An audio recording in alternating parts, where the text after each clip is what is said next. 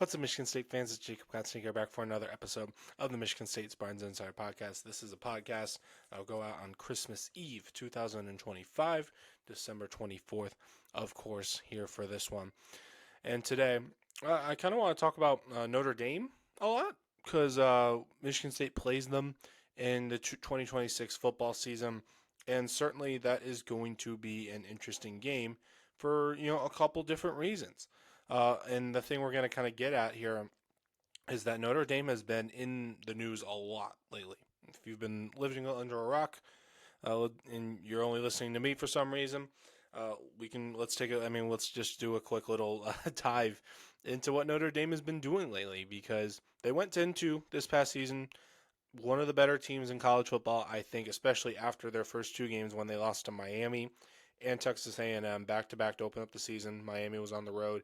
A&M was in South Bend. There was a controversial no call at the very end that would have given Notre Dame the win, basically. But it was on a 4th and goal, missed holding call, whatever. Texas A&M ends up winning, partially also because of a screwed up extra point, stuff like that. But still, Notre Dame wins that. They start 0-2. They win out. And again, they had reached the point already when the playoff rankings start coming out where they're told that they're in. They're in the playoff, and that stayed the same. They kept winning. They remained pretty much steady. Again, you're kind of capped out at a certain spot when you have two losses. So they were always kind of on that bubble.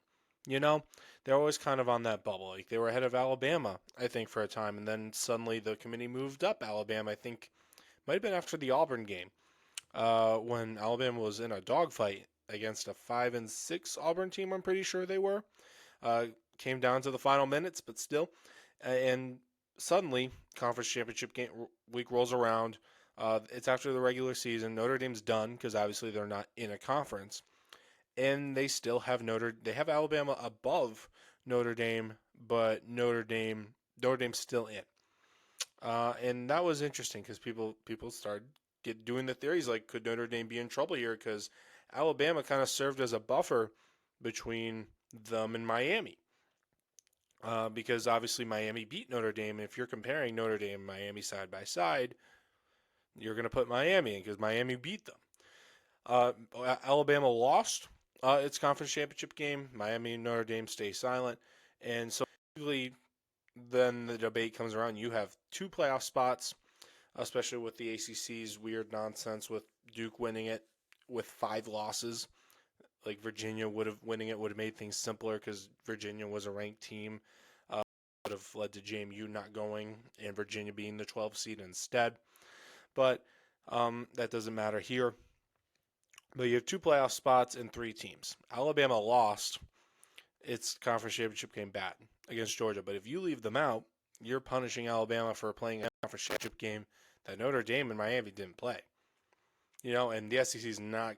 SEC would like their conference championship game to still be a thing, because if Alabama gets left out of the playoff because of that game, what's the motivation to play in the SEC championship game? There really isn't one.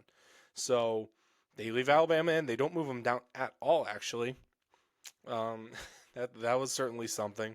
And then it comes down to Miami and Notre Dame and the committee. I think again I think there was also BYU in between Miami and Notre Dame. Again, committees. I think BYU lost to Texas Tech. The committee moved BYU down behind Miami, and that's what put Miami and Notre Dame head to head. Miami moves up, flipped. Notre Dame is left out of the playoff. And yeah, that leads to what we have here. Notre Dame, kind of throws a fit. I kind of understand the reaction. You're told that you're in until the very last second, and then you're left out. They refuse to play the Pop-Tarts Bowl. They refuse to play any bowl for that matter. It also, I think this had already come out, but it kind of reemerges that also there's a memorandum of understanding for next year and beyond, where if Notre Dame's in the top 12 of the rankings, they're just in. It's an auto bid, basically, for them. That's their equivalent of it. And if that happened this year, if that was in effect, Notre Dame would have gotten in instead of Miami, which would have also kind of been a travesty, because Miami beat them, I don't particularly care about that personally that much, because if I'm in the committee room and that's about to happen, I'm just going to say, Move Notre Dame to 13. What are they going to do? You can just do that basically. We'll see. I mean, you would have had to do some real gymnastics to move Notre Dame to 13 this year. I think they finished 11th, so you have to move them 2 more spots down, but you can do it. Nothing is stopping the committee from throwing Eastern Michigan in as the 1 seed. Like, they can theoretically do that. People would throw a riot, but you can do it. But nevertheless, in addition, now the latest news now is that they are not continuing the rivalry with USC. That's a big deal. It's really their biggest rivalry. I think they consider Navy their most meaningful one, but Navy's not that good. It's a G5 team. USC is kind of the big one because USC is an actual opponent. It's two blue bloods. It's one of the only really good rivalries between two teams that aren't very close to each other. And they're not going to play next season. I don't know what the timeline is for when they're going to play again, but they're not going to play. But they are going to play. Notre Dame is going to play Michigan State next year. It's going to be in South Bend. It's going to be Pat Fitzgerald's first game against really a power conference team. Notre Dame's not conference, but you can loop them in with the group, with kind of the big boys, because they are one of the big boys. They're a blue blood, one of the more storied programs to go play. And that's going to be a real big game because not only are you playing Notre Dame, it's going to be on national television. Almost certainly all of Notre Dame's games this past year were either on Peacock, again, major streaming service, gets plenty of eyeballs, or on a national on a national cable network. ESPN, ABC, NBC. I think it was one of those three, basically. So there's going to be eyeballs on this game. It's going to be Michigan State's first big game of the season. I think they open with Toledo and Eastern Michigan next year. Again, two MAC teams you should beat. Keyword there. But also, it's a rivalry game too. Like these teams used to play every single year. I think they've played almost 80 times. If I'm not mistaken, it's at least about 70 or 80 times. I can't remember what the actual number is, but it's high. Like these teams have usually played in the past, and they have a rivalry trophy. It's one of the 4 trophies Michigan State has, and they haven't played since 2017. So it's been a minute. And Michigan State as well, they don't have any rivalry trophies to show off. Paul Bunyan's been in Ann Arbor for 4 years now. Old brass spittoons with Indiana. It might be that way for the foreseeable future with how good they are now. Lane Grant trophies also in Penn State. That was a winnable game. Michigan State lost this season. So I don't know if they're going to go into Notre Dame and win. I don't think that's going to happen. But you have the chance. You got to go play the game. They should be fired up for it. Who knows how good Michigan State's going to be this year? Because it certainly looks like they have plenty of NIL resources now with the Pat Fitzgerald era beginning and everything. But Notre Dame is still Notre Dame. Lots of money there.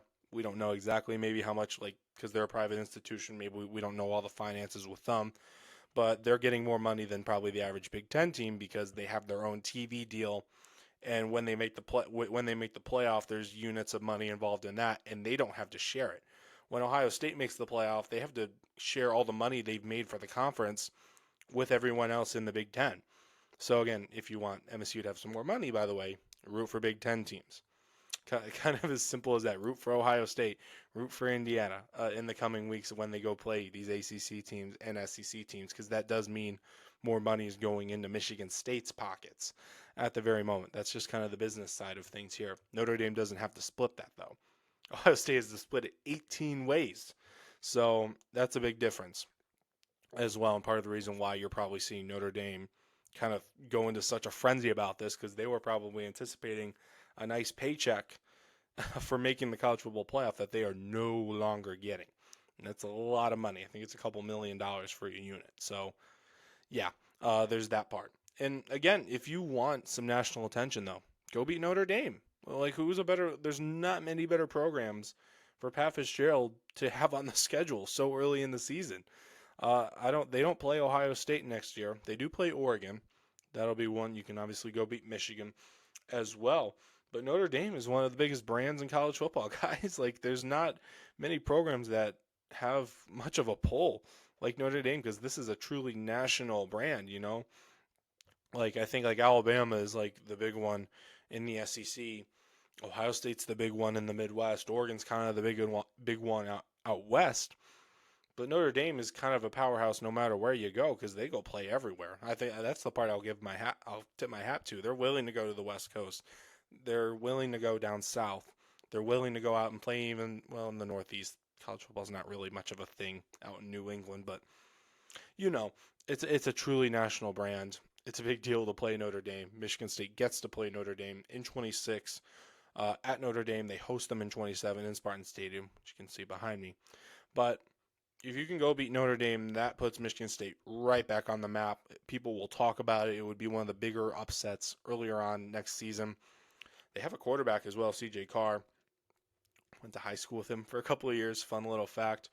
Didn't really know him, but nevertheless, big deal. Big deal. That'll be a very interesting game. Personally, I can't wait to go see Notre Dame Stadium. I haven't been there. Can't wait to cover that game as well. But we'll see. It's a long ways away from that happening, but that just kind of wanted to talk about that Notre Dame in the news lately, and kind of maybe something to look forward to down for next season as Michigan State fan, because they're going to play at a place that you don't get to play there very often now. Again, the rivalry doesn't happen very much anymore, and who knows when it will happen again. But until next time, though, thank you very much for listening. I'm Jacob Katzanika. Thank you for listening, whether this is Apple Podcasts, Spotify, YouTube, any other sort of streaming platform. Thank you very much for taking your time out of your Christmas Eve for listening to me talk about this thing. But once again, though, thank you. I'll see you guys around.